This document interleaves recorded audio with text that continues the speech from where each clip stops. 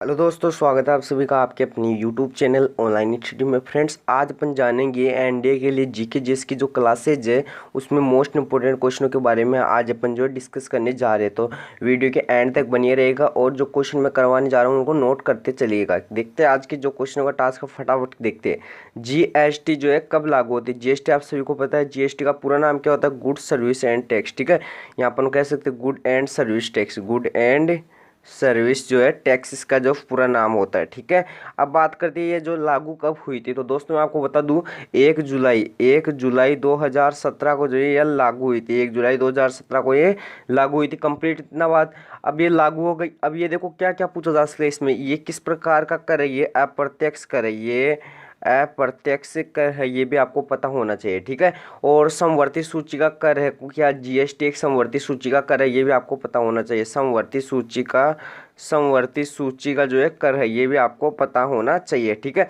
एक क्वेश्चन क्या पूछा जा सकता है, किस समिति के आधार पर इसको लाया गया था? तो आपको पता होना चाहिए, विजय केलकर जो समिति है उसके आधार पर जो है जीएसटी लागू हुई थी। विजय केलकर समिति के आधार पर जो है क्या हुआ था? जीएसटी लागू हुई थी। ठीक है, तो ये पता होना चाहिए। नेक्स्ट क्वेश्चन देखिए क्या दे रखा है, इंडिया 2022 किसके द्वारा लिखी गई है? मतलब इंडिया 2022 जो पुस्तक है उसके रचयिता कौन है? ये आपको सीधा सीधा क्वेश्चन में पूछा जा रहा है। ठीक है, तो इंडिया 2022 जो पुस्तक है वो एपीजे अब्दुल कलाम के द्वारा लिखी गई है। ठीक है, जिसको अपन जान सकते हैं मिसाइल मैन के नाम से भी जाना जा सकता है। अब देखो मौलाना अबुल कलाम जी है, इनकी पुस्तक देखो कितने अच्छे अच्छे पुस्तक है। ठीक है, लेकिन उससे पहले आपको मैं और बता दूं कि एपीजे अब्दुल कलाम आज़ाद की जो पुस्तक है, एक तो हो जाएगी wings of fire, wings of fire. ठीक है, ये भी उनकी ही बुक है। ठीक है, एक कौन सी हो जाएगी? Ignited mind. एक हो जाएगी कौन सी? Ignited mind. ठीक है, इग्निटेड माइंड हो जाएगी। ठीक है, तो ये भी इनकी ही बुक है। ठीक है, एक हो जाएगी टर्निंग पॉइंट। एक क्या हो जाएगी? टर्निंग पॉइंट हो जाएगी। ठीक है, टर्निंग पॉइंट हो जाएगी। ठीक है, ये भी इनकी ही बुक है। ठीक है, और गीतांजलि श्री की कौन सी हो जाएगी? ए टॉम्ब ऑफ द सेंट। कल ही बताया था मैंने, लिखो ए टॉम्ब ऑफ द सेंट। पिछली बार एनडीए में पूछा गया क्वेश्चन है। ठीक है, इसलिए इसको लिख लो, a tomb of the saint, a tomb of the saint. ठीक है, तो ये भी क्वेश्चन अच्छा है। और मौलाना अबुल कलाम आज़ाद जी की जो पुस्तक है वो कौन सी हो जाएगी? India wins freedom. लिखो, इंडिया विंस फ्रीडम। ठीक है, इंडिया विंस फ्रीडम, इसको नोट करो। इंडिया विंस फ्रीडम किसकी हो जाएगी? ये हो जाएगी मौलाना अब्दुल कलाम आज़ाद की। ठीक है, मौलाना अबुल कलाम जी की। और भारत के प्रथम शिक्षा मंत्री कौन थे? वो भी यही थे, मौलाना अबुल जी। ठीक है, नेक्स्ट क्वेश्चन देखिए क्या दे रखा, क्वेश्चन नंबर 3। अमरकंटक की पहाड़ियों से जो नदी निकलती है वो कौन सी नदी निकलती है? ठीक है, तो अमरकंटक की पहाड़ियों से दोनों नदी निकलती है, कौन कौन सी? नर्मदा और सोन नदी जो है, दोनों नदी यहाँ से निकलती है। अब देखो अमरकंटक की जो पहाड़ियाँ है वो मेघालय की सबसे ऊंची चोटी पर। ठीक है, मेघालय की सबसे ऊंची चोटी, मेघालय की सबसे ऊंची चोटी पर। ठीक है, मेघालय की सबसे जो ऊंची चोटी है वो भी यही है। ठीक है, सबसे ऊंची चोटी यही है। ठीक है, अब देखो नर्मदा नदी है, इसकी बात करते हैं। नर्मदा नदी पर आपको क्या क्या देखने को मिलता है? एक तो मिलेगा आपको सरदार सरोवर बांध। ठीक है, सरदार सरोवर बांध देखने को मिलेगा आपको, सरदार सरोवर। ठीक है, सरदार सरोवर बांध देखने को मिलेगा। एंड और क्या देखने को मिलेगा यहाँ पे? एक देखने को मिलेगा आपको धुआंधार जलप्रपात। ठीक है, धुआंधार जलप्रपात। ठीक है, धुआंधार जलप्रपात जो है यहाँ पे देखने को मिलेगा आपको। और जो सोन नदी है, ठीक है, सोन नदी है, वहाँ पे आपको क्या देखने को मिलेगा? ओमकारेश्वर बांध। ठीक है, ओमकारेश्वर जो बांध है वो यहाँ पे देखने को मिलेगा। ठीक है, ओमकारेश्वर जो डैम है वो आपको यहाँ देखने को मिलेगा। किस पे? सोन नदी पे आपको देखने को मिलेगा। ठीक है, तो इतना क्वेश्चन आपको पता होना चाहिए। अब देखो आगे क्वेश्चन और बता देता हूँ मैं, क्या क्या क्वेश्चन पूछ सकता है आपको। लूनी नदी है, लूनी नदी में आपको क्या देखने को मिलेगा? लूनी नदी में आपको पूछ सकता है कि लूनी नदी कहाँ से निकलती है? तो अरावली की पहाड़ियों से जो नदी निकलती है, अरावली की जो पहाड़ियाँ है उनसे कौन सी नदी निकलती है? वो निकलती है अपनी लूनी नदी निकलती है। और सबसे ऊंची चोटी कौन सी है? अरावली की पहाड़ियाँ, जहाँ कहाँ मिलेगी आपको? गुरु शिखर भी यही देखने को मिलेगा। ठीक है, गुरु शिखर माउंट आबू। ठीक है, ये भी अपने को यही देखने को मिलेगी। ठीक है, नेक्स्ट क्वेश्चन देखिए क्या देखने को मिल रहा है, लावणी कहाँ का लोक नृत्य है? ठीक है, लावणी आपको पूछा रहा है कहाँ का लोक नृत्य है, तो लावणी कहाँ का हो जाएगा? अपना महाराष्ट्र का हो जाएगा, लावणी प्लस तमाशा। ठीक है, लावणी प्लस तमाशा ये दोनों यही के हैं। और बात करते हैं राजस्थान की, तो राजस्थान में कौन सा हो जाएगा? घूम, अपन बात करें घूमर की कर सकते हैं। ठीक है, और कालबेलिया भी कर सकते हैं। ठीक है, ये राजस्थान की हो जाएगी। ये बिहार का कौन सा हो जाएगा? गरबा हो जाएगा। ठीक है, बिहार का कौन सा हो जाएगा? गरबा हो जाएगा। और यदि बात सॉरी गुजरात का होगा गरबा, ठीक है, गुजरात का गरबा होगा। और बिहार का जो होगा नृत्य वो क्या हो जाएगा, जट जटनी हो जाएगा। जट जटनी जो नृत्य है वो कहाँ का हो जाएगा, बिहार का हो जाएगा, ठीक है। और गीदड़ भी नृत्य यहाँ का, गीदड़ भी नृत्य जो है यहाँ का ही है। नेक्स्ट क्वेश्चन देखिए क्या दे रखा है।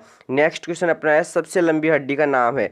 सबसे लंबी जो हड्डी है उसका आपको जो है नाम पूछा जा रहा है। तो पहले मैं आपको बता दूं, जो हड्डियों का अध्ययन होता है, हड्डियों का जो अध्ययन होता है वो कहलाता है ओस्टियोलॉजी। लिख लो इस क्वेश्चन को, हड्डियों का जो अध्ययन है ओस्टियोलॉजी कहलाता है, ठीक है, ओस्टियोलॉजी जो है कहलाता है।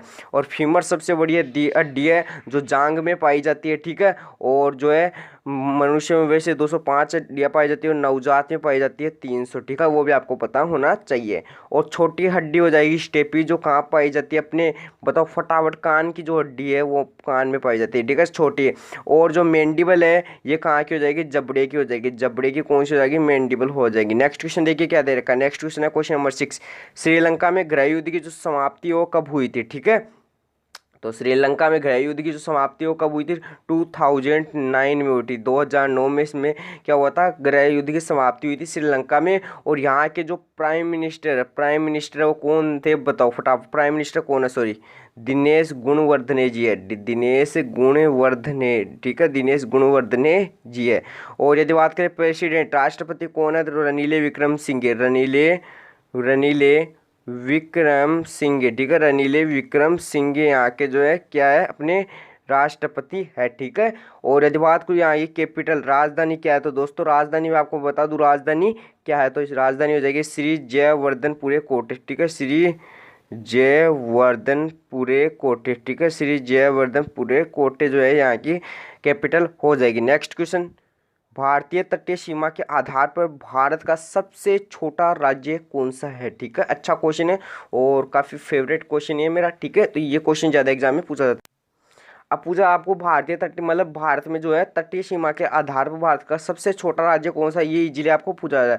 तो देखो बड़ा तो मतलब सबसे ज़्यादा तटीय सीमा कौन सी राज्य की, वो हो जाएगी गुजरात, सबसे ज़्यादा तो हो जाएगी गुजरात की। और जो सबसे कम है वो हो जाएगी अपनी गोवा की, ठीक है, तो गोवा इसका राइट आंसर हो जाएगा। और गोवा राज्य कब बना था, 1987 में जो अपना राज्य बना था, ये भी आपको पता होना चाहिए। और यदि बात करो दूध सागर जलप्रपात कहाँ है, तो दूध सागर जलप्रपात है वो भी यहीं पे है, लिखो। और भारत का पहला हर घर जो जल प्रमाणिक राज्य है वो भी गोवा ही है, ठीक है। और सिग्मो त्योहार कहाँ मनाया जाता है, सिग्मो त्योहार, ये लिख लेना, सिग्मो फेस्टिवल या सिग्मा फेस्टिवल, ठीक है, सिग्मो फेस्टिवल जो मनाया जाता है वो भी यहीं पे मनाया जाता है, ठीक है। नेक्स्ट क्वेश्चन देखिए क्या दे रखा है। वॉकिंग विद द कॉमरेड पुस्तक के जो रचयिता राइटर वो कौन है, अच्छा क्वेश्चन है। वॉकिंग विद द कॉमरेड पुस्तक के रचयिता कौन है, तो लिख लेना अरुंधति रॉय ये इसके जो है रचयिता है, ठीक है, तो ये भी आपको पता होनी चाहिए। अच्छा क्वेश्चन है, टॉप लेवल का क्वेश्चन है। और आपको मैं बता देता हूँ कि एक ए पैसेज टू इंडिया पुस्तक के लेखक कौन है, E.M. Forster. A passage to India जो पुस्तक के लेखक वो कौन जाएगी, E.M. फोस्टर। और देखो जो रोहित शर्मा है, ठीक है, रोहित शर्मा, ठीक है, आप रोहित शर्मा को तो जानते होंगे। देखो ए हिटमैन वो भी इसकी बुक है ऐसे कुछ नाम से, ठीक है, the hitman the Rohit Sharma, ठीक है, the hitman the Rohit Sharma, ठीक है। तो रोहित शर्मा जो स्टोरी पुस्तक है वो किसके रचयिता, इसके रचयिता कौन है, जी कृष्णन जी है।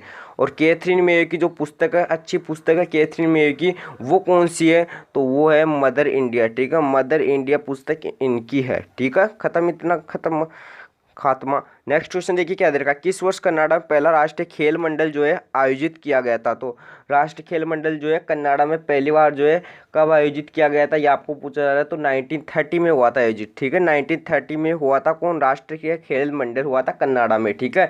अब बात करते हैं ये जो राष्ट्रीय खेल मंडल ये पहली बार हुआ ही कब था, ये जो है फर्स्ट बार कब हुआ था ये आपको पूछ ले। तो पहली बार हुआ था दोस्तों, लिख लेना, फर्स्ट बार हुआ था हैमिल्टन में। फर्स्ट बार कहाँ हुआ था, हैमिल्टन में हुआ था, ये भी आपको नोट कर लेना, हैमिल्टन में पहली बार ही हुआ था। और देखो 2010 में कहाँ हुआ था, दिल्ली में हुआ था, ठीक है, 2010 में दिल्ली में हुआ था, ये भी आपको पता होना चाहिए। नेक्स्ट क्वेश्चन देखिए क्या दे रखा है।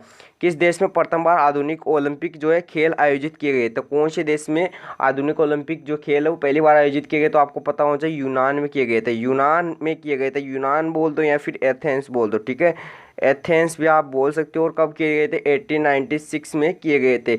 अब जो ये आधुनिक ओलंपिक खेल है इनको करवाता कौन है? तो अंतर्राष्ट्रीय ओलंपिक समिति, लिखो international Olympic committee. International Olympic जो कमेटी है इसको आयोजित करवाती है, इंटरनेशनल ओलंपिक कमेटी, ठीक है।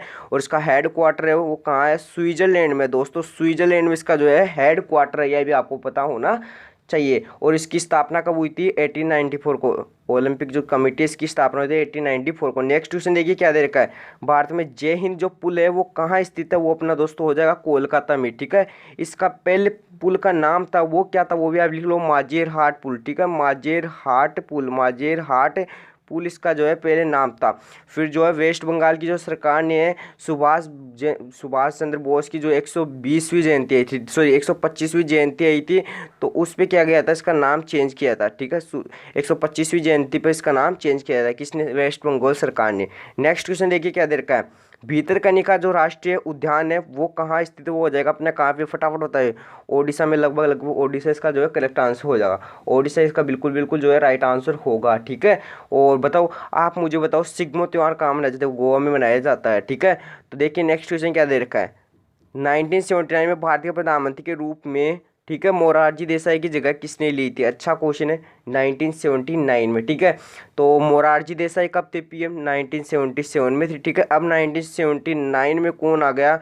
तो वो आ गए थे अपने चौधरी चरण सिंह जी, चौधरी चरण सिंह जी, ठीक है। किसानों का नेता कहा जाता है इनको।